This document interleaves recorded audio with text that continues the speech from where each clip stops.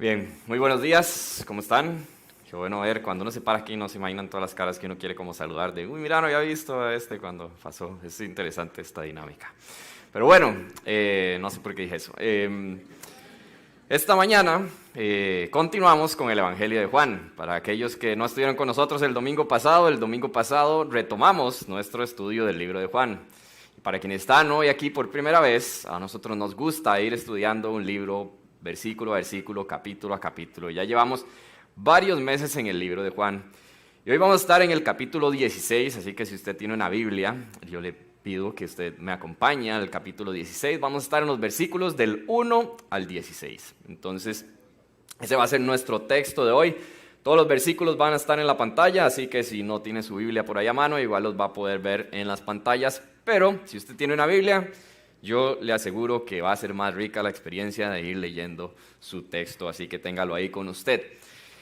Esta escena que continuamos viendo hoy es una escena que inicia desde el capítulo 13 y termina en el capítulo 18, es decir, es una escena larga, es una conversación que Juan detalla, guiado por el Espíritu Santo, para que usted y yo tengamos acceso a esto. Y empieza en el capítulo 13, veíamos y Jimmy nos daba como el resumen la semana pasada, ¿no? Jesús está en esa última cena con sus discípulos, les lava los pies, dice que Judas lo va a traicionar, Judas se va, Jesús dice levantémonos, vamos, y la mayoría de las personas concuerdan en que esta es una conversión que ocurre camino al Getsemaní, porque vamos a ver en el capítulo 18 que es el momento en el que arrestan a Jesús. Entonces, es esta conversación que de alguna manera nos da las últimas palabras de Jesús a sus discípulos antes de morir. Y esto es algo increíble que usted y yo hoy podamos ver después de tantísimos años. ¿Qué es lo que Jesús quería decirle a sus discípulos en ese último momento con ellos antes de su muerte? Y pensaba, ¿no? en qué son las palabras típicas. ¿Qué es lo que uno le diría a alguien si sabe que es el último momento, la última vez, la última oportunidad que lo va a ver? Ayer estábamos en la boda de unos amigos muy queridos y el pastor, cuando termina de dar el mensaje, dice, bueno, yo siempre hago esto, quisiera que pasen 3 personas a decirle algo a los novios.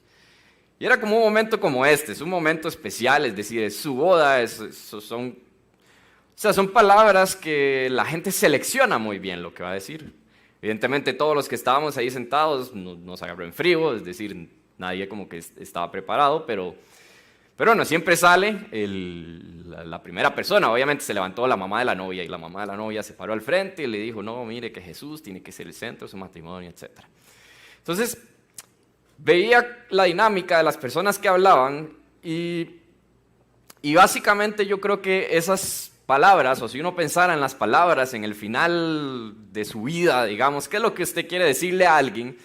Normalmente están enfocadas en 2 cosas, y este no era el final de la vida, más bien el principio del matrimonio, ¿verdad? Pero, no sé por qué, es la conexión. Muy lindo la vida en matrimonio, para que sepan. Pero, volviendo al tema, normalmente se resumen 2 cosas. Una es como un consejo, la gente normalmente es como, es este momento importante o es el último momento, entonces es un consejo, te voy a dar un consejo, este es el consejo de vida, y ese era el consejo de la mamá de, que Jesús sea el centro de su matrimonio. Y la otra normalmente es como externar el amor, lo que alguien hace en un momento es como externar el gran amor que tiene, y ahí se paró uno de los amigos y dijo, ustedes saben que cuentan con nosotros siempre, vamos a estar ahí, pase lo que pase.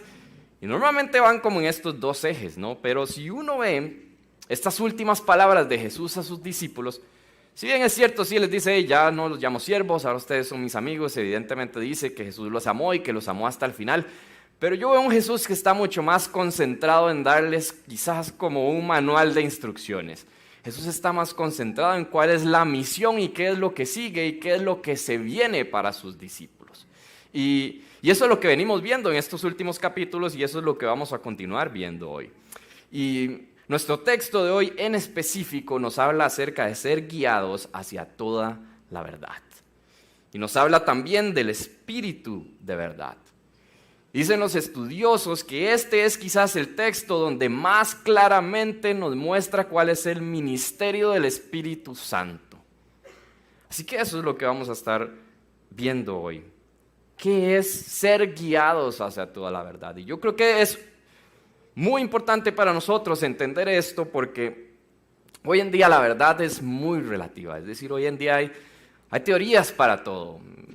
Es decir, si usted quiere creer una cosa, yo le aseguro que hay un video en YouTube que lo va a dejar convencido de que esa cosa es así. Y hay otro que dice completamente otra cosa. Y si usted ve ese otro, yo le aseguro que usted va a quedar más perdido y va a decir, ¿y ahora? Y así son todas las cosas. Es decir, yo puedo creer esto, yo puedo creer esto otro, y esto está fundamentado en esto, y etcétera, y este dice esto, y es que no se sabe porque unos dicen que esto, pero unos dicen que el otro, y uno pasa en esto, y nuestro mundo está lleno de esto.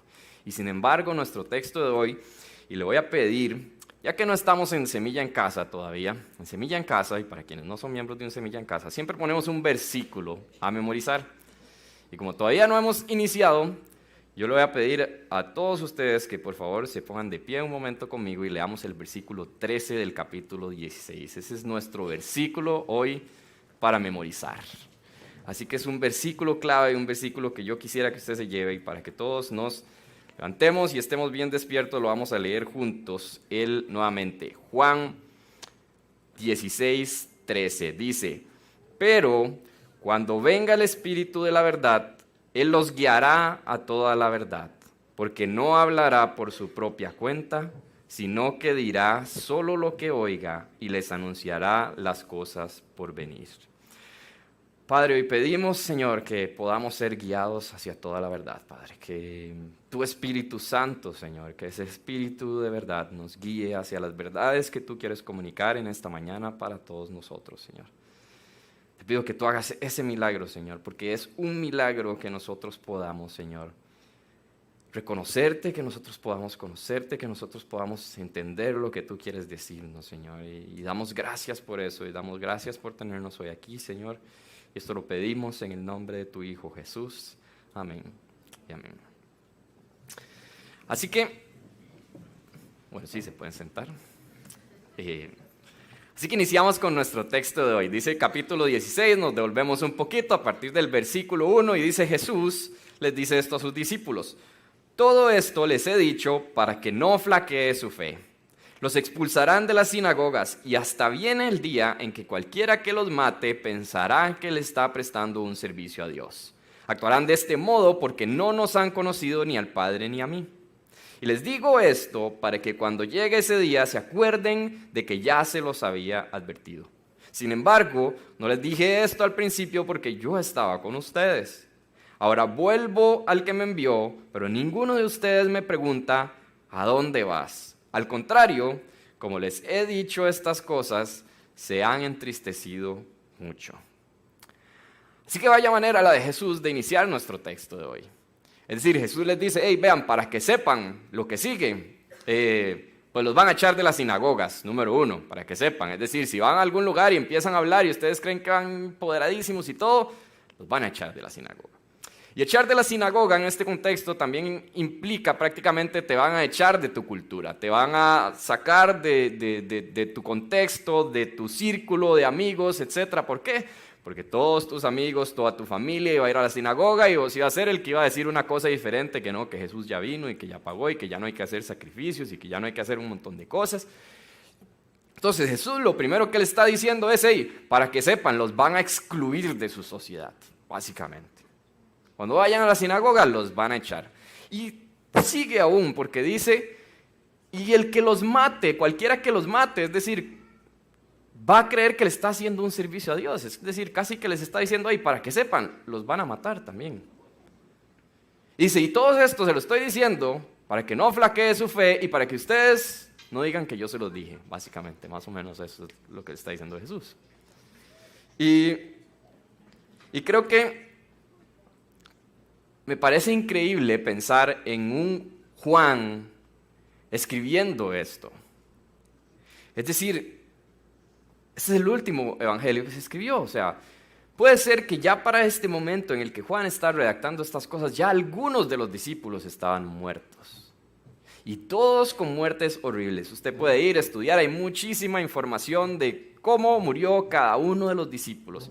Es decir, este Juan lo intentaron quemar vivo y luego lo desterraron a la isla de Patmos. Y ahí está Juan recordando que Jesús, antes de morir, les había dicho que los iban a matar, iban a pensar que le estaban haciendo un servicio a Dios.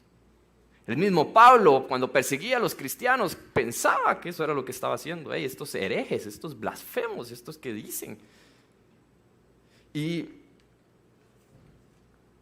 es duro y son palabras duras y me hace pensar en esta necesidad de alguna manera humana como de conocer el futuro. Es decir, como que uno quiere saber qué es lo que va a pasar o el futuro nos genera ansiedad y quisiéramos saber. Y por eso existen este montón de cosas y que la mano y que no sé qué y el horóscopo y todo esto existe porque la gente quiere saber qué es lo que va a pasar. Pero yo le aseguro que si una de esas cosas o una de estas gentes que hacen estas cosas dijera algo como lo que le está diciendo Jesús a los discípulos, ese negocio no existiría. No existiría porque siempre es como cosas bonitas lo que usted quisiera escuchar del futuro. Y sin embargo aquí Jesús les está diciendo, el futuro que se viene es duro, es difícil. Y entonces la primera cosa que usted y yo podemos aprender acerca de ser guiados hacia toda la verdad es que esto implica sacrificio, que esto puede implicar sufrimiento, que esto implica oposición, que esta verdad implica oposición. La verdad que vamos a escuchar usted y yo hoy es una verdad que incomoda, es una verdad que no es popular. Pero la pregunta para usted y para mí es si creer en Cristo, si seguir a Cristo hoy en día implica alguna oposición en mi vida. Si implica algún sacrificio. Si implica algún sufrimiento. Es decir, porque para mí, digamos, es casi una falta de respeto comparar el sufrimiento que nosotros pudiéramos tener en Costa Rica en el 2023 con el que estaba viviendo esta gente en este momento. Es decir, aquí su vida no corre peligro. Estamos hablando de otro contexto completamente, pero la pregunta es si esto de seguir a Cristo es muy fácil para mí. Si es venir y sentarme y escuchar y la semana sigue y todo bien y todo normal y hacemos lo mismo que hace todo el mundo. Vamos a trabajar y comemos y dormimos y listo, todo bien. Porque yo veo aquí a un Jesús hablando de sufrimiento. Y justo el viernes veía un pequeño documental de una familia misionera que se fue a Indonesia, a medio de la jungla, y veía cómo este señor estuvo 8 años ahí en una casita, hecha leña, y no me puedo imaginar el calor que hacía ahí, 8 años aprendiendo el idioma de esta gente y traduciendo no solo la Biblia, sino una serie de documentos para que pudieran tener libros traducidos a su idioma de teología, para que tuvieran una doctrina sana en medio de ese lugar. A este señor le da una enfermedad que le paraliza completamente el cuerpo y tiene que irse a Estados Unidos. Y él contaba de cómo Jesús, justo recordaba esto, porque cómo Jesús perfeccionaba y lo moldeaba en medio del sufrimiento. Y es ahí, ese es el mensaje de Jesús. El mensaje de Jesús aquí a sus discípulos es para que sepan, o sea, los van a echar de la sinagoga, los pueden matar y el que los mate va a creer que está haciendo algo bueno. Es decir, porque ahí podían decir, no, aquí estamos con Jesús, este es el que hace milagros, este es el que llena multitudes, etcétera. Aquí estamos en todas. Y eso les dice, vienen cosas complicadas. Y es interesante porque aún y conociendo estas cosas, cada uno de ellos se fue a hablarle a Cristo a toda la gente que pudo hasta que los mataran. Literalmente hasta la muerte, hablando de Cristo a la gente. Y usted y yo nos morimos de la risa ahí cuando el compa del brete hace un chiste sexista, machista, como para no caer mal. Y esta gente dando su vida, literalmente. Su vida, literalmente. Ahora, Jesús dice cuál es la razón por la que estas personas hacen esas cosas. Y es porque no lo conocen a Él ni al Padre. Entonces, el paso 1 para que usted y yo podamos ser guiados a toda la verdad. Es decir, si usted viene hoy hambriento, ¿cuál es la verdad? ¿Qué es verdad? Ya no sé ni qué es verdad. La verdad es que Cristo es el Hijo de Dios. Y que lo primero que usted y yo tenemos que hacer es creer con fe que Cristo es el Hijo de Dios. Tenemos que reconocer al Padre. Tenemos que reconocer al Hijo. El versículo 7 nos empieza a hablar del Espíritu Santo. Dice, pero les digo la verdad, les conviene que me vaya, porque si no lo hago, el Consolador no vendrá a ustedes. En cambio, si me voy, se los enviaré a ustedes. Y cuando Él venga, convencerá al mundo de su error en cuanto al pecado, a la justicia y al juicio. En cuanto al pecado, porque no creen en mí. En cuanto a la justicia, porque voy al Padre y ustedes ya no podrán verme. Y en cuanto al juicio, porque el príncipe de este mundo ya ha sido juzgado. Así que para ser guiado a toda la verdad, necesito reconocer quién es el Padre y quién es el Hijo. Pero luego dice que necesito también ser convencido de pecado, de justicia y de juicio. ¿Y qué significa esto? ¿Qué es todo esto? ¿De qué está hablando Jesús aquí? ¿Y qué es lo que tiene que venir a hacer el Espíritu Santo en la vida suya, en la mía y en la del mundo? Dice que cuando nos habla de pecado, dice, porque no creen en mí.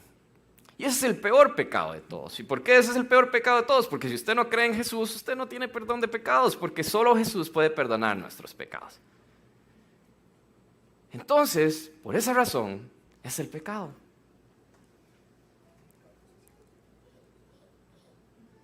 Dice Mateo 9, nos muestra una historia famosa, la historia de Jesús sanando al paralítico.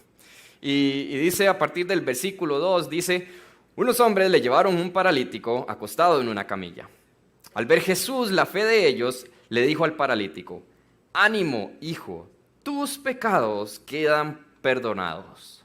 Algunos de los maestros de la ley murmuraron entre ellos, este hombre blasfema.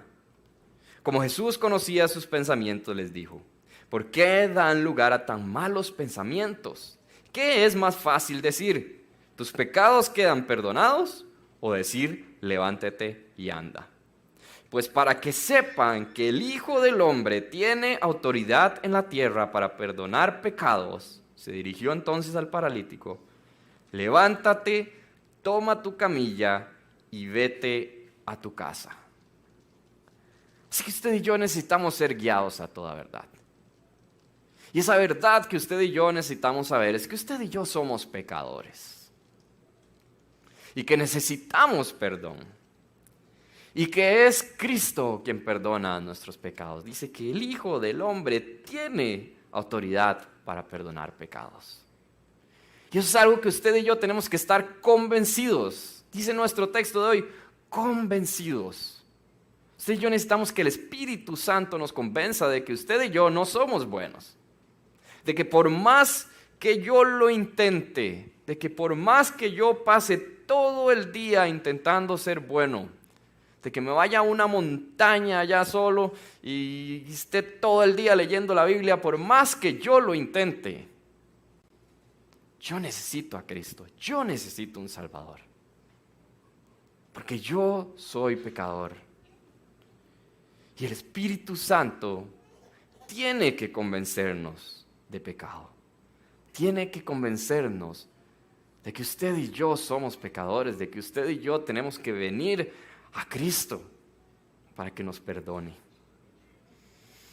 Y segundo dice, necesitamos ser convencidos de justicia. Nuevamente esta palabra les hablaba hace 15 días, que para mí es como una palabra muy intrigante en el sentido de cómo la Biblia usa la palabra justicia y cómo yo la uso en el día a día de alguna manera. Porque el concepto de justicia bíblica es un concepto que debería de volarnos la cabeza por completo. Y dice que en cuanto a la justicia, porque voy al Padre y ustedes ya no podrán verme. Y la Nueva Traducción Viviente dice que la justicia está disponible porque voy al Padre. Entonces, ¿qué es lo que pasa? ¿O qué significa que Jesús vaya al Padre? Porque si Jesús ya no está, eso habla de justicia, que tiene que ver una cosa con la otra. Y dice Romanos, capítulo 3, versículo 22, que va a estar en las pantallas, dice: esta justicia de Dios llega mediante la fe en Jesucristo a todos los que creen.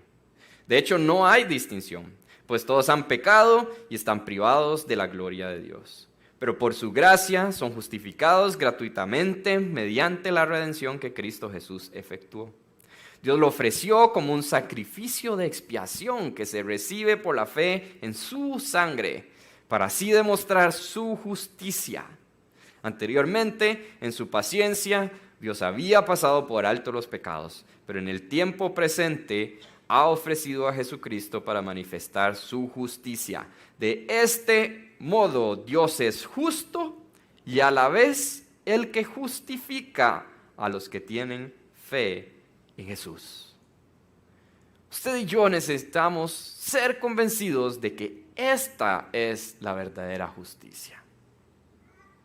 La verdadera justicia es que nuestro Dios perfecto es un Dios justo.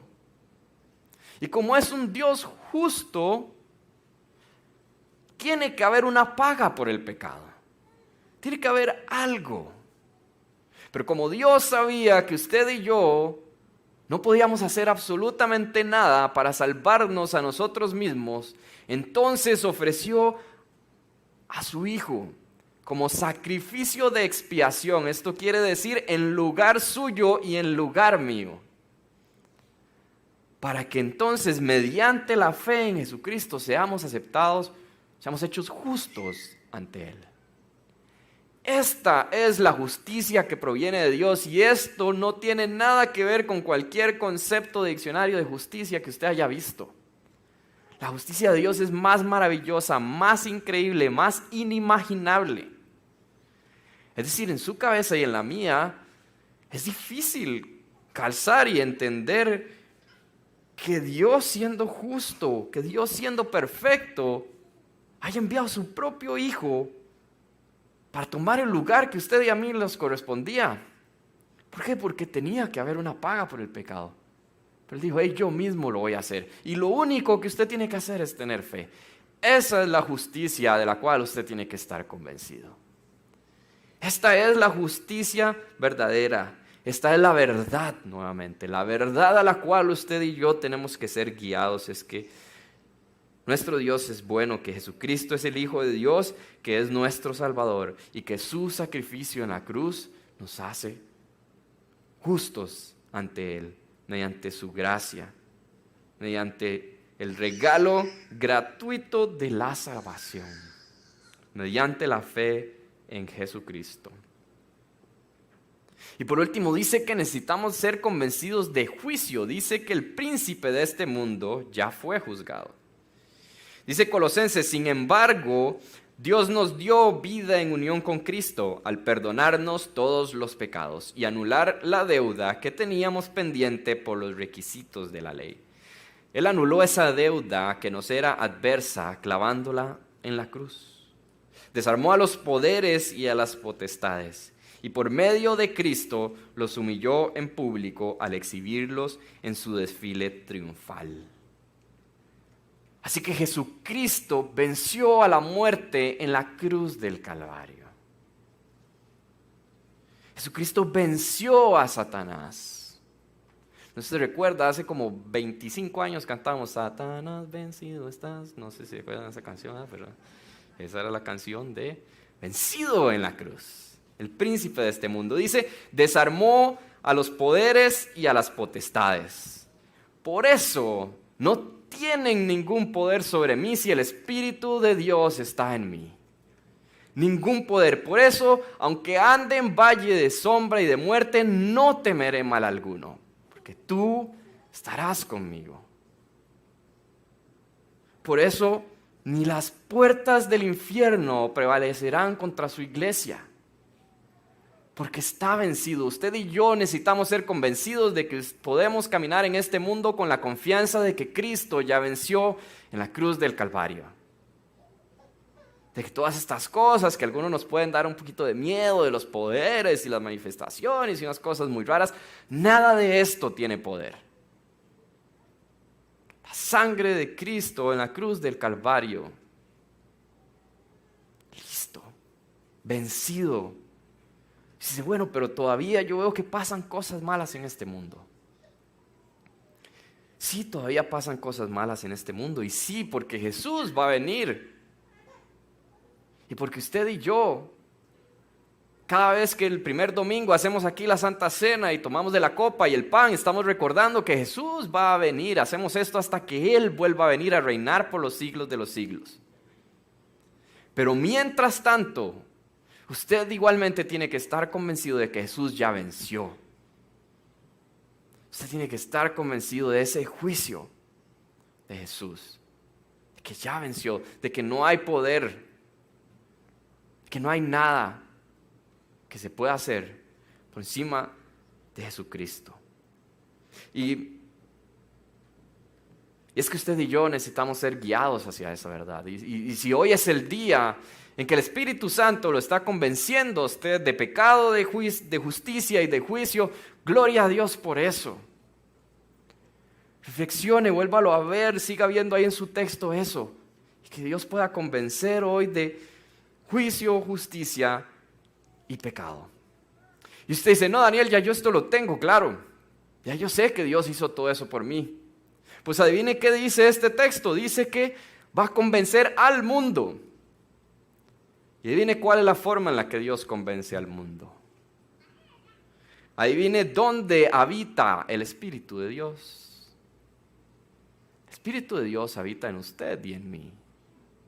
Lo cual quiere decir que si usted está convencido de esto, usted tiene que ir y hablarle a otros acerca de esta verdad.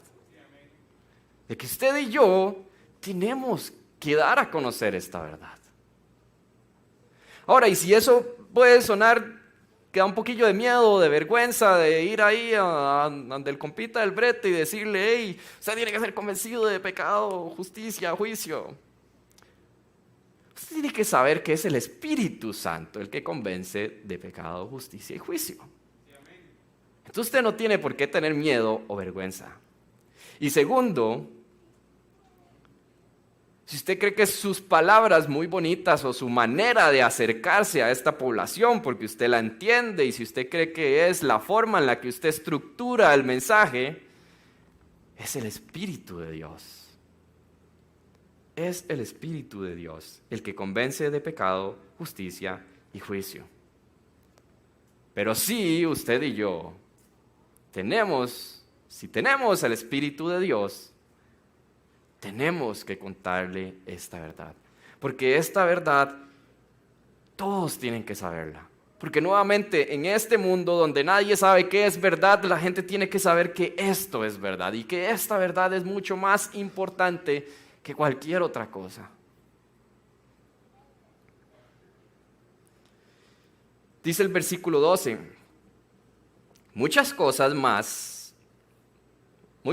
me quedan aún por decirles, que por ahora no podrían soportar. Es interesante este cambio, donde Jesús viene diciendo las cosas y luego dice, hey, hay más, pero ustedes no pueden escucharlo todavía, porque no lo podrían soportar. Y esto me habla también de que ese ser guiado hacia toda la verdad es un proceso. Pablo habla de estas cosas cuando dice, hey, primero, leche, como los niños, como los bebés. Primero, solo leche. Todavía no hay dientes, todavía no hay cosas que permitan digerir el alimento sólido. Pero también me habla de ese camino de madurez espiritual y de esa ansia y ese anhelo que nosotros tenemos de pasar más tiempo con Jesús para yo ir creciendo en este camino, para yo ir pudiendo escuchar estas otras cosas que Jesús tiene para decir. Es decir, no sé qué pasaría si Jesús le dice a usted hoy, vea, lo van a echar del trabajo, se va a morir un familiar y además, pues te van a matar dentro de 10 años, pero te van a matar por hablar de Jesús. ¿Y qué hace uno ahí? ¿Se queda frío? Es decir, ¿pudiera estar Jesús en la capacidad de decirnos algo como eso hoy y que no flaquee nuestra fe? Este proceso, este caminar en el que Jesús se va revelando más y más a nosotros, también me habla de la humildad de poder ser guiado. Y eso también es bien importante. Que usted y yo no creamos que ya sabemos cómo es la cosa, que más o menos sí, hay que ir por aquí, o que yo le oro a Jesús para que Jesús me lleve por aquí, que es por donde yo quiero ir. Sino que mi oración es hacer tu voluntad. Es decir, Jesús le dice, Señor, si puedes pasar esta copa de mí. Pero Jesús estaba concentrado en la misión. Jesús está concentrado en, lo primero es hacer la voluntad del Padre, independientemente de lo que esto implique. Y eso me habla de humildad, de humillación. Esa misma humildad y humillación que usted y yo necesitamos para poder ser guiados. Para entender que no es que yo puedo caminar solo, sino que yo necesito ir de la mano de Jesús y necesito seguir sus pasos. Porque lo necesito. Porque esa guía es fundamental para mi vida. Porque aunque esto implique oposición, porque necesito reconocer que Jesús es el Hijo de Dios, porque necesito ser convencido de pecado, de justicia y de juicio, y porque necesito entender que esto es un proceso. Y que es caminar y que es agarrarme fuerte de la mano, y que es todos los días agarrarme fuerte de la mano de Cristo.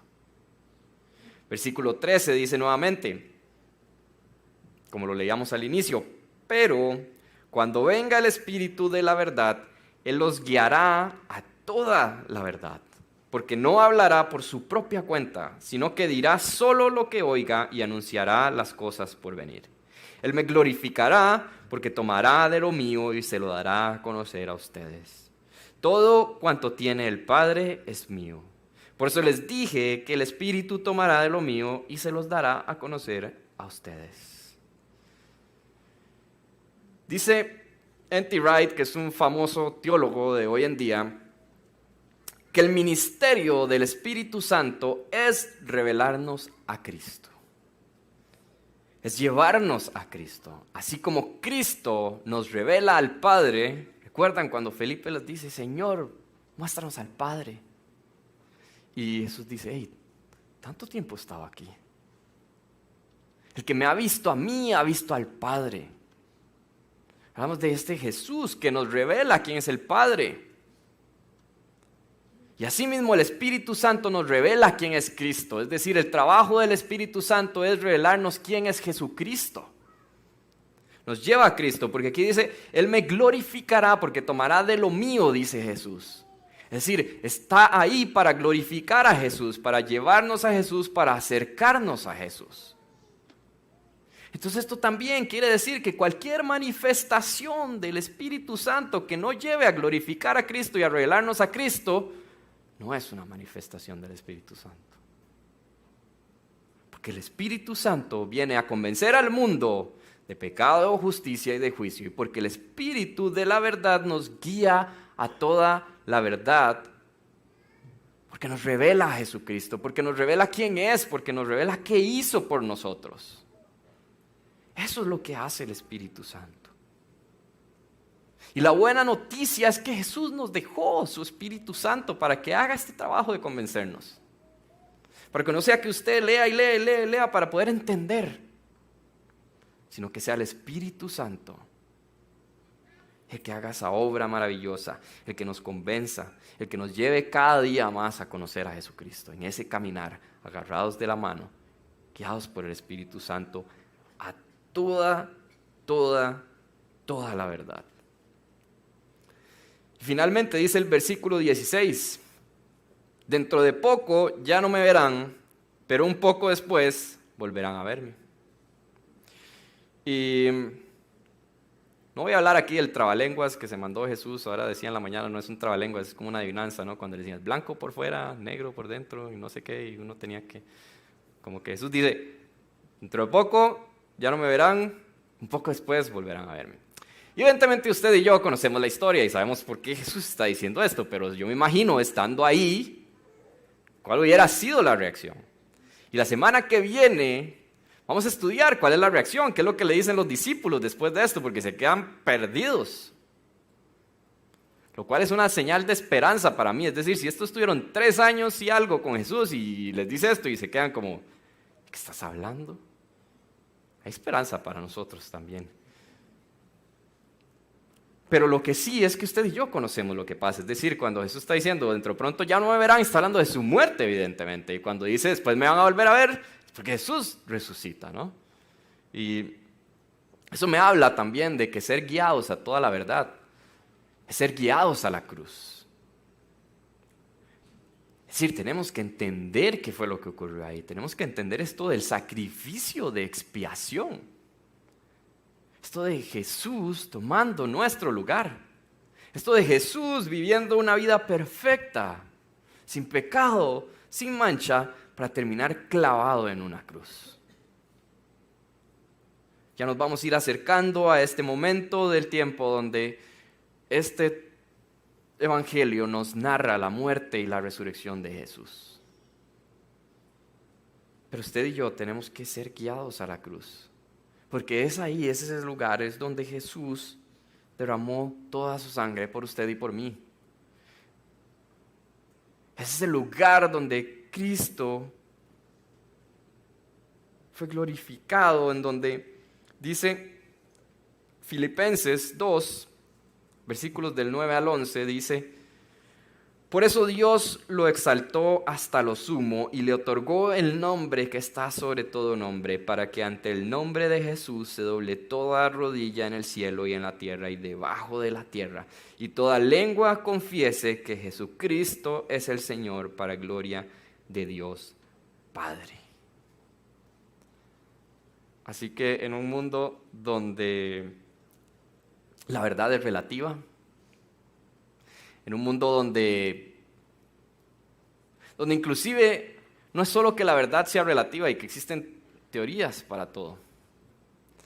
Ahora en la mañana les decía, es decir, si usted quiere creer que la Tierra es plana, yo le aseguro que hay un video en YouTube que lo convence de que la Tierra es plana, aunque no lo sea. Es decir, usted lo ve y tiene miles de teorías, y un día de estos veía, ¿qué pasa si un helicóptero está 24 horas así? ¿Por qué no le da la vuelta a toda la Tierra? Y yo, Pero, es decir, me explico, hay gente muy convincente con cosas y la gente se inventa la realidad. Y es decir, y hemos llegado a que la verdad no sea solo relativa, sino a que podamos inventar nuestra propia versión de la realidad. Esta historia ocurrió en una galaxia muy lejana, en un mundo muy lejano, al amigo del amigo de un amigo y por allá muy lejos, que cometió una imprudencia en la calle. Y resulta que eso terminó en una de estas páginas de donde salen cosas así, ¿verdad? Entonces, fue gracioso para mí porque cuando yo veo este video, tenía como 220 comentarios en el Facebook, más o menos. Y yo me di a la tarea de leer cada uno de los comentarios, a ver qué decía. No les voy a decir si fui yo o no fui yo para ver qué piensan de mí todos ustedes. Pero resulta que era muy interesante porque habían conversaciones completas, primero acerca de la edad de la persona. Es decir, alguien se inventó que le pasó esto porque tenía X edad, y habían 20 comentarios ahí de una conversación de la edad de la persona, del género, de un millón de cosas. Y yo digo, y la gente se fue con esa realidad, digamos, o sea, se la creyó, digamos. Es irrelevante corroborar, digamos, algún dato. Digamos, primero, no podían, pero segundo, era irrelevante, digamos. Esa era ya la realidad, digamos. Y la gente dijo, no, tenía esta edad, esto pasó por esto, etcétera, etcétera. Y yo digo, es ese punto en donde ya yo tengo mi versión de la realidad y esa es, y me quedo con eso. Y, ¿qué importa? Nadie sabe de por sí qué es real y qué no es real, y qué es verdad y qué no es verdad. Y sin embargo, usted y yo sí sabemos cuál es la verdad. ¿Y cuál es la verdad que importa? Porque si la tierra es plana o no, que no lo es, pero eso no importa. Lo que importa es saber que Jesucristo murió en la cruz por usted y por mí. Lo que importa es que usted y yo entendamos y seamos convencidos de pecado, de justicia y de juicio. Que usted y yo podamos ser convencidos de que somos pecadores. Que usted y yo podamos reconocer que Jesús es el Hijo de Dios y podamos venir con fe y decir, sí, este es el Hijo de Dios. Que usted y yo estemos convencidos, completamente seguros de que la justicia de Dios es tan hermosa, que la justicia de Dios significa que Él mismo envió a su Hijo a sacrificarse en la cruz para morir por usted y por mí, para que nosotros entonces seamos declarados justos. Que Jesús ya venció al pecado, a la muerte, que Jesús ya venció a Satanás en la cruz del Calvario y que eso nos permite caminar a usted y a mí con confianza en este mundo y seguros de que el Espíritu de Dios, si está con nosotros, nada tenemos que temer. Y que quiere revelarnos más y más cosas. Que este Jesús quiere revelarnos cada día más cosas. Y que quiere que usted y yo vayamos y le contemos a otros esta verdad. Que el Espíritu Santo es el que los va a convencer. Pero que a usted y a mí nos toca esa parte de ir y decir, hey, en este mundo, hey, en medio de toda esa confusión de pensamientos que tenés sin saber qué es verdad y qué no es verdad, hey, yo te quiero decir cuál es toda la verdad. Yo te quiero decir esta verdad que todos necesitamos saber. Y que cuando el mundo nos rechace y cuando se le presente a usted oposición por creer en Jesús y por compartir esta verdad que no es popular, que su fe no flaquee, que el Espíritu Santo en su corazón le pueda permitir no flaquear, le pueda permitir compartir esto con todos los que usted pueda, porque esa es la misión que nos encomendó Jesús, hasta los confines de la tierra, desde los que estamos aquí sentados, hasta los que están alrededor de nosotros, los que viven a la par de nosotros, los que trabajan con nosotros, los que vemos en el día a día, nuestros amigos, nuestros vecinos, todos, hasta los confines de la tierra, todos necesitan conocer esta verdad. Y la única forma de que llegue esta verdad es si usted le cuenta la verdad. Y si el Espíritu Santo los convence de pecado, de justicia y de juicio. Pero esa es la tarea y esa es la verdad. Y esa es la verdad que usted y yo tenemos que recordar hoy. Que usted y yo podemos haber reconocido por primera vez hoy. O que usted y yo podemos recordar para poder ir y contarle a otros.